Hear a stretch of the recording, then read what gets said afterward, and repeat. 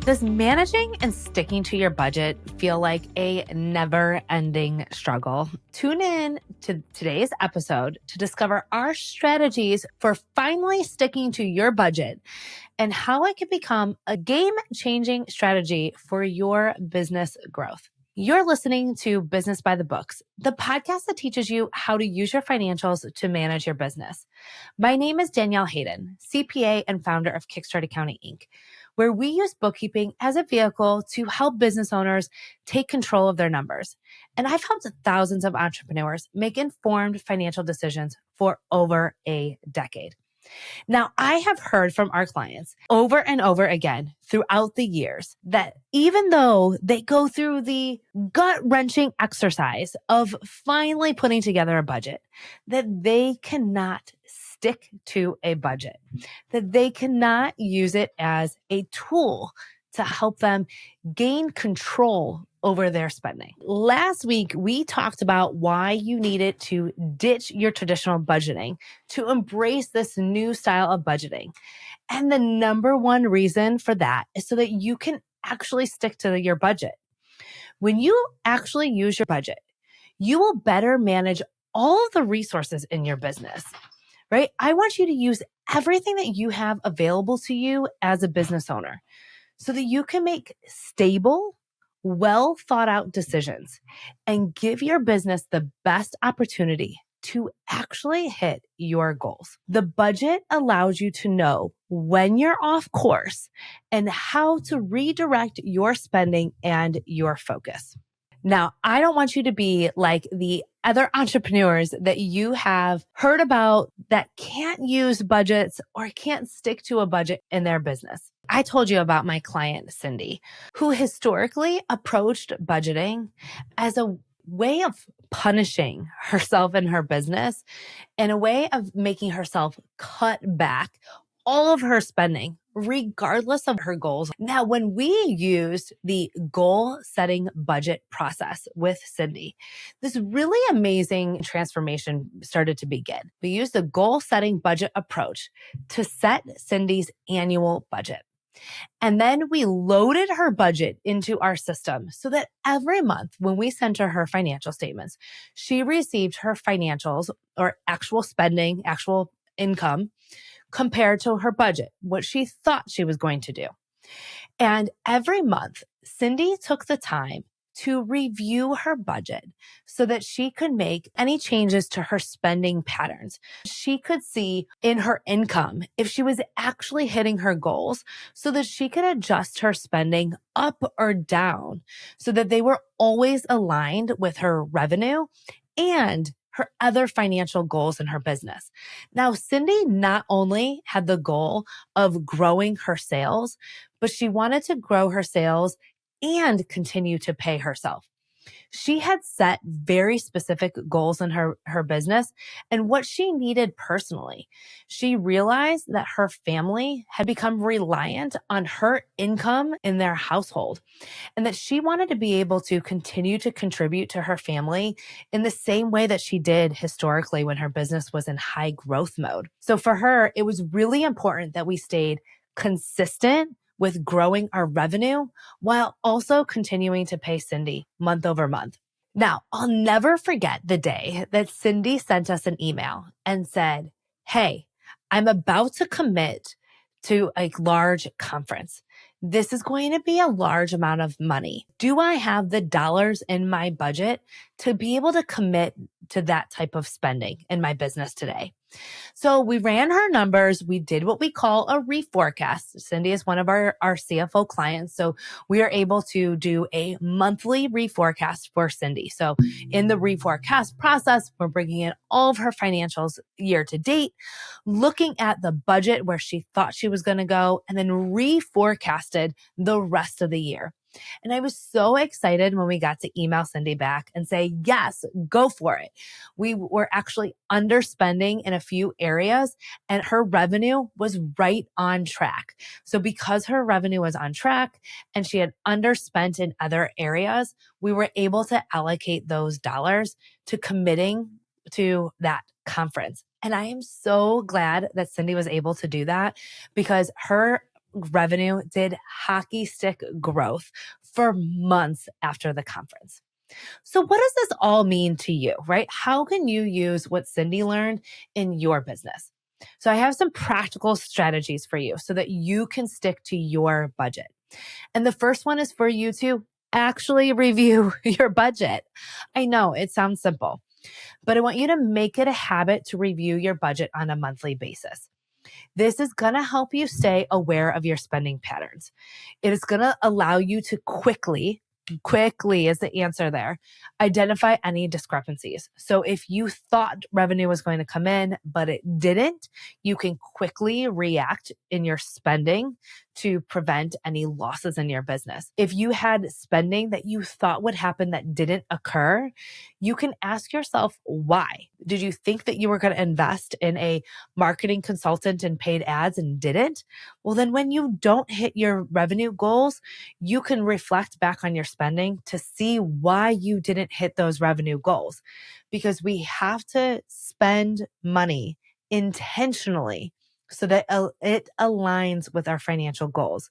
If our goal is to grow revenue, then we need to spend in ways that allow our revenue to grow, that supports that goals. All right. Number 2 is to remember your goals, right? When we set the budget with our goals, we have to remember what was important at that time. If your goal was to reduce expenses and save for a specific investment, then we need to spend when it comes time for the investment. As keepers, if our money mindset personality type is to keep money and save, it will be really difficult for us to actually save money when the time comes for that investment. So monitoring what our goals are and that we're actually making the investments when the time comes. Now, for my free spenders, I know that it's easy for you to overspend. And so remembering our goals, if our goal was to be profitable and increase profitability, we need to use the budget to create those guardrails around our spending to say, hold on, I can't invest more money in that area. I need to stay focused with this goal that I committed to. We'll get back to the show in 1 second, but real quick, are you a business owner feeling overwhelmed by your finances? Do you find yourself wishing you had more control and understanding over your money? Managing your business finances can often feel like navigating a ship through a storm without a compass. But what if instead you could master your business finances in just 5 days? With the confidence to manage your money, make informed decisions for financial stability, and implement strategies to increase your profitability effortlessly. And that's exactly why the 5-day video bootcamp was created. It's a comprehensive course designed to empower you with the foundations for financial success. Throughout the bootcamp, you'll learn the foundations, how to manage costs for profitability, evaluate investments for growth, and avoid common financial pitfalls.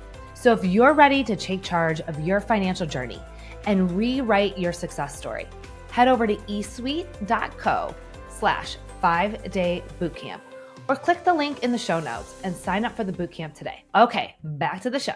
Which brings us to number 3. I want you to check your financials and your budget before you commit to spending money. Your budgeting should be a tool, like an active tool in your toolbox, in your business toolbox that you use in real time. This is going to help you stay accountable and prevents that unexpected overspending.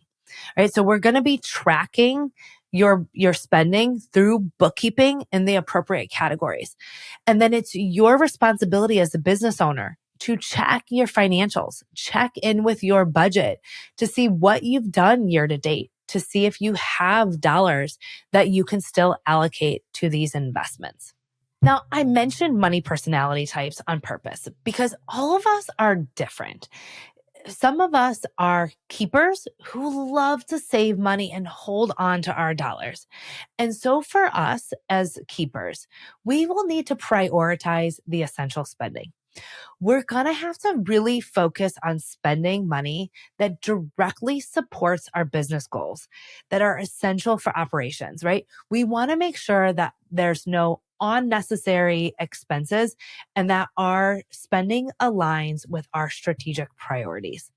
Now, as our free spenders, so for individuals who have a hard time looking at financials beforehand, really live in the moment, love spending money, we need to implement spending limits. So we have to set limits for various categories. So let's say we have only allocated $5,000 for marketing and we have already spent those dollars. We need to enforce the limits so that we avoid overspending. Because if we find ourselves consistently exceeding those limits, we need to understand the impact that that's going to have on profitability. So I'm not saying that you can't spend money, right? I don't want this to be a deprivation tool. We can reassess and reforecast as necessary, as we need to. However, I want to encourage all of us to implement those spending limits in each expense category and enforce them so that you can avoid overspending month over month. We want to keep our budget relevant. Back in my corporate days, we didn't reforecast every month. We really let the budget run its course for at least 6 months. Sometimes around summer, we would do a reforecast and then again around Q4 to see how our year would be ending. But we don't want to just overspend or underspend thinking, I'll just reforecast it again next month. We really want to set that budget with intentionality and really use that budget to prioritize our essential spending, but implementing spending limits. Now, building a contingency fund is going to help us as unexpected expenses happen. I know life happens, right? Life happens. We cannot predict everything. So there are going to be dollars that are unexpected that need to be spent.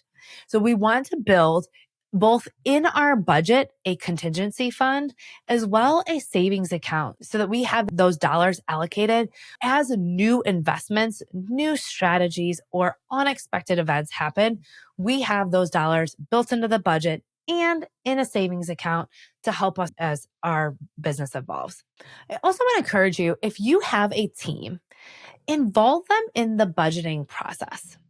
Having our team understand their budget and their role in the budget helps me ensure that everyone is on the same page. And it's going to help you as the business owner stick to the budget and achieve your financial goals.